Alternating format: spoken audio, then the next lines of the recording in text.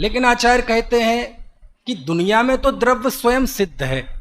दुनिया में तो छहों द्रव्य जीव जाति अपेक्षा, छह संख्यापेक्षा अनंतानंत द्रव्य अपने स्वचतुष्टय में शोभायमान है। उन्हें अपने आप में सिद्ध होने के लिए अपने ज्ञान की जरूरत नहीं है, उन्हें तो केवल ज्ञान की भी जरूरत नहीं है। वस्तु स्वभावतः सिद्ध है, लेकिन हमें वस्तु की सिद्धि नहीं चाहिए। वस्तु तो सिद्ध है, हमें हमारे ज्ञान में वस्तु की सिद्धि चाहिए। हमारे ज्ञान में वो वस्तु वैसी समझ में आ रही है कि नहीं, जानने में आ रही है कि नहीं। क्योंकि एरर यहाँ है, दुनिया में एरर नहीं है। जहाँ कमी है, जहाँ त्रुटि है, जहाँ है ना समझना है, यहाँ समझना है ना। तो आचार्य कहते हैं कि द्रव्य को देखो पहले। जैसी दुनिया में द्रव्य आपको दिखाई दे तो क्या करें, जैसा वस्तु का स्वरूप है बस वैसा स्वयं को बना लो।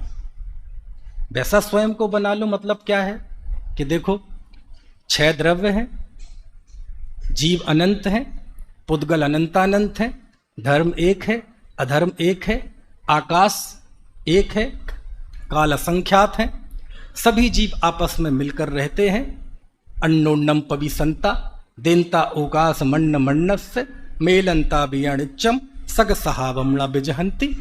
सभी द्रव्य एक दूसरे के साथ सहयोग कर कर इस विश्व को चलाते हैं, लेकिन बावजूद कोई भी द्रव्य किसी द्रव्य को छूता नहीं है, कोई भी द्रव्य अपने स्वरूप को छोड़ता नहीं है। तो बोले ये जो द्रव्य गुण पर्यायात्मक वस्तु बड़ी नेचुरल, बड़ी प्राकृतिक दिखाई दे रही है, बोले बस ऐसे ही स्वयं को बना लो। ऐसे स्वयं को बना लो मतलब ये देह भी रहेगा, संयोग है, ये दुनिया भी रहेगी, संयोग है, ये नदी पहाड़ ये सब रहेगा, संयोग है। लेकिन जैसे द्रव्य अपना कभी स्वभाव नहीं छोड़ता, ऐसे तुम इन संयोगों के बीच में भी अपने ज्ञातृत्व स्वभाव को नहीं छोड़ो और ज्ञातृत्व बन जाओ। इसका नाम क्या है? द्रव्यस्य सिद्धौ चरणस्य सिद्धिस्, द्रव्यस्य सिद्धिस् चरणस्य सिद्धिः। बोले देख लो दुनिया कैसी है। यदि हम द्रव्य को थोड़ा सा थोड़ा और खुलकर देखें तो बोले ये सृष्टि में और स्वयं में बिल्कुल बिंब प्रतिबिंब भाव बना लो। दुनिया कैसी है? सुंदर है। दुनिया कैसी है? सहज है। सूरज पूरब से उगता है, शाम को पश्चिम में डूब जाता है, कोई शिकायत नहीं। किसी की मर्जी चलती है? नहीं। नदी जैसे कल कल बहती है बहती है बहती है, जाके बंगाल की खाड़ी में गिर जाती है, किसी को चिंता करनी पड़ती है। दुनिया कितनी सुंदर है। हवा निस्संग होकर बहती है, पानी उछल उछल कर बहता है। बोले जैसे ये दुनिया है, बोले क्या करो, तुम भी वैसे ही प्राकृतिक हो जाओ, वैसे ही स्वरूप में स्थित हो जाओ, वैसे ही अपने ज्ञान को बिल्कुल निर्मल भाव से बिना किसी कर्तृत्व के छोड़ दो, तो वो जो स्वरूप में आचरण होगा, वो जो ज्ञानानुभूति होगी, सहजता, सहज हो जाओ। बस जैसे दुनिया सहज है ऐसे ही यहां सहज हो जाओ। इसका नाम क्या है? द्रव्यस्य सिद्धौ चरणस्य सिद्धि। अच्छा, आपको दुनिया में किसी वस्तु के ऊपर कोई आवरण दिखता है? अच्छा बताओ, दिगंबर प्राचीन है कि श्वेतांबर प्राचीन है? दिगंबर सच्चे हैं कि श्वेतांबर सच्चे हैं? अरे बोले वो सब छोड़ो, वस्तु का स्वरूप दिगंबर है, दुनिया का कण कण दिगंबर है। ये द्रव्य की सिद्धि। तो क्या करें? अब आचरण कर लो। आचरण क्या? बोले तुम भी दिगंबर हो जाओ। नहीं समझे आप? जैसे दुनिया की वस्तु निर्लेप है, निरावरण है, ऐसे ही हम भी क्या हो जाए? बोले दिगंबर हो जाए, निरावरण हो जाए। जैसे दुनिया में हम पैदा होते हैं तो जन्म से कैसे थे? वस्त्र थे, चश्मा था, हाथ में पुस्तक थी, माता पिता थे, टीवी लैपटॉप था, लोक था, पद था? नहीं था। जैसे हम जन्म से दुनिया का कोई भी व्यक्ति है ना, जैसे जन्म से बिल्कुल निर्लेप होता है, निर्द्वंद होता है, हिंदू हो, मुस्लिम हो, सिख हो, ईसाई हो, हिंदुस्तानी हो, पाकिस्तानी हो, जिन्हें हम कोस कोस के गाली देते हैं वो दहशतगर्द हो, कोई भी हो, क्यों? नग्नता ये वस्तु का स्वरूप है। तो इसकी चरण में सिद्धि कैसे होगी? बोले तुम भी ऐसे ही हो जाओ, ऐसे ही हो जाओ, बिल्कुल दिगंबर हो जाओ।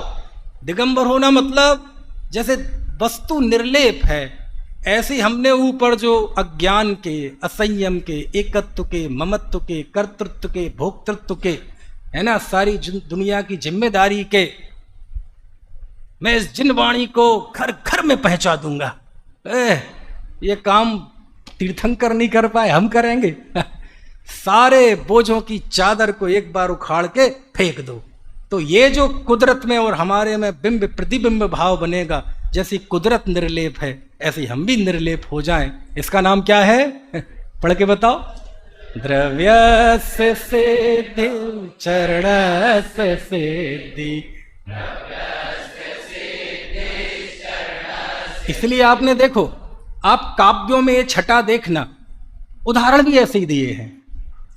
निसंग है बेवायु सम, निर्लेप हैं आकाश से। सुनिए पंक्तियां? नहीं सुनी? किस किसने सुनी? हाथ खड़े करो जरा। थोड़े ही लोग हैं। अब वो ये बच्चे नई पीढ़ी के हैं ना, पुरानी पीढ़ी वालों ने सुने हैं। निसंग हैं किसके समान? बेवायु सम। कहां से लिया? कहां से लिया? कुदरत से लिया। कुदरत से उपादान लिया। किसको समझाने के लिए? बीतरागी संत के अंतर के परिणाम को समझाने के लिए। बिंब प्रतिबिंब, द्रव्य और चरण। और कैसे निर्लेप है? निसंग है बेवायु सम, निर्लेप है आकाश से। और जब ऐसा होगा, निज आत्म में ही विहरते, जीवन न पर की आस है।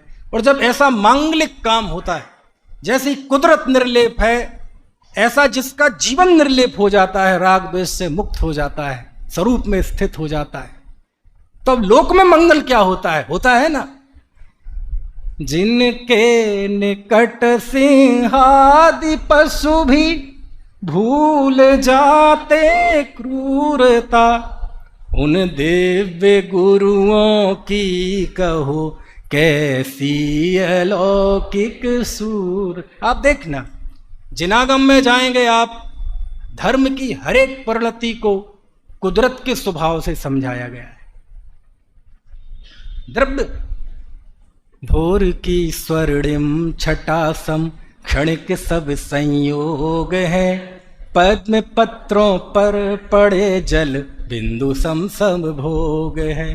सांध्य दिन कर लालिमा सम, लालिमा है भाल की, सब पर पड़ी मनहूस छाया, विकट काल का। सब प्राकृतिक उपादान होंगे, प्राकृतिक उपादान होंगे। समझ में आया ना? कहने का आशा यह है, आचार्य कह रहे हैं जो मैंने वस्तु का स्वरूप बताया है, सभी द्रव्य आपस में मिलकर रहते हैं, लेकिन एक द्रव्य दूसरे द्रव्य को छूता नहीं है। ये द्रव्य अथो खलु दब्ब मो दब्बाणी गुण पगाणी भणिदाणी, तेहिम पुण पज्जाया पज्जय मूढ़ा ही पर समया। ये द्रव्य जे पज्जये सुहृदा, जो मैं मनुष्य हूं, मैं त्रेंच हूं, मैं देव हूं, मैं नारकी हूं, इसमें निरत है, वो पर समय है। जो आत्म स्वभाव में स्थित है वो स्व समय। ये वस्तु का स्वरूप, इसका नाम द्रव्य। समझ में आया? इंद्रिय सुख की हेता बताई, सपरम बाधा संयम। अतीन्द्रिय सुख का आनंद बताया, अतिशय माद समर्थम। बोले ये जो पूरा वस्तु का स्वरूप निर्धारित किया है, ये द्रव्य है और ये वस्तु का स्वरूप है। कई बार क्या होता है कि बहुत सारे शास्त्रीय शब्दों से कई बार हम इतने हैबिचुअल हो जाते हैं, तो उससे थोड़े से हम पार पाएं, इसलिए मुझे ऐसे शब्दों का इस्तेमाल करना पड़ता है। तो आप देखो 12 भावनाओं में देख लो, आप 12 भावना का एक एक उपादान, 12 भावनाओं की एक एक अनुभूति आप देख लेना, किसी की भी 12 भावना, आज हजारों 12 भावनाएं हमारे पास मौजूद हैं, कोई भी 12 भावना उठा के देख लो, आपको सब जगह अंतर के रत्नत्रय परिणाम का, वैराग्य परिणाम का और कुदरत, इन दोनों का बिंब प्रतिबिंब भाव मिलेगा। कुदरत देख लो, जिन मुद्रा देख लो, कुदरत निर्लेप, जिन मुद्रा निर्लेप। कुदरत सब संसार की सारी चीजें परिणमन कर रही हैं बिना यहां वहां देखे, बिना अपने स्वरूप में रहते हुए। जिन मुद्रा अपने स्वरूप में मस्त। यही कारण था। देखो आप, देखो कई बार क्या होता है, ये जो शब्द होते हैं ना, शब्द अखिल जी, आचार्यों की गाथाएं, सूत्र, ये मैजिक आई है, मैजिक आई। मैजिक आई समझते हैं? नहीं समझते। अभी मैंने लेटेस्ट तो देखा नहीं बहुत वर्षों से, ये जो जबलपुर का मंदिर है ना पुराना, जो अब मिट गया, अब तो वहां पहुंच गया, जो पहले बाजार में मंदिर था। तो मंदिर खुलने का तो अपना एक समय है, लेकिन आप रात के 2 बजे भी जाएं, दिन के 2 बजे भी जाएं, मंदिर बंद भी होगा तब भी आप जिन मुद्रा के भगवान के दर्शन कर सकते हैं। उन्होंने एक मैजिक आई लगा रखी थी। दरवाजे बंद है लेकिन आई लगा रखी है।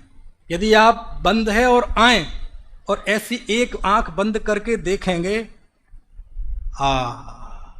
पावन मेरे नयन भये तुम दर्शन, मैजिक आई। अब आप दूर से देखेंगे तो दिखाई नहीं देगा।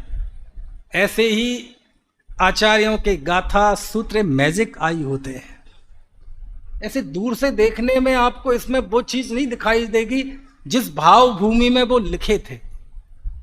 उसमें थोड़ा ठहरो, गाथा पढ़ो, सूत्र पढ़ो, उसमें ठहरो, बार बार ठहरो। ऐसे सोचो कि आचार्य गाथा लिख रहे हैं या ये कलश लिख रहे हैं और हम आचार्य के चरणों में ही बैठे हैं, और आचार्य कह रहे हैं द्रव्य से सिद्धि चरण से सिद्धौ। आचार्य से पूछ, आचार्य आप क्यों कह रहे हैं ऐसा? ठहरो, समझ में नहीं आ रहा, नहीं पढ़ो उसे बार बार। और जब आप उस पर एकाग्र होंगे तो ऐसे ऐसे उसमें से अर्थ निकलेंगे, ऐसे ऐसे जीवन मूल्य निकलेंगे, ऐसी ऐसी प्रेरणाएं निकलेंगी, ऐसे ऐसे मोटिवेशन निकलेंगे कि आपको लगेगा कि असली मोटिवेशन तो ये है। समझ में आया है?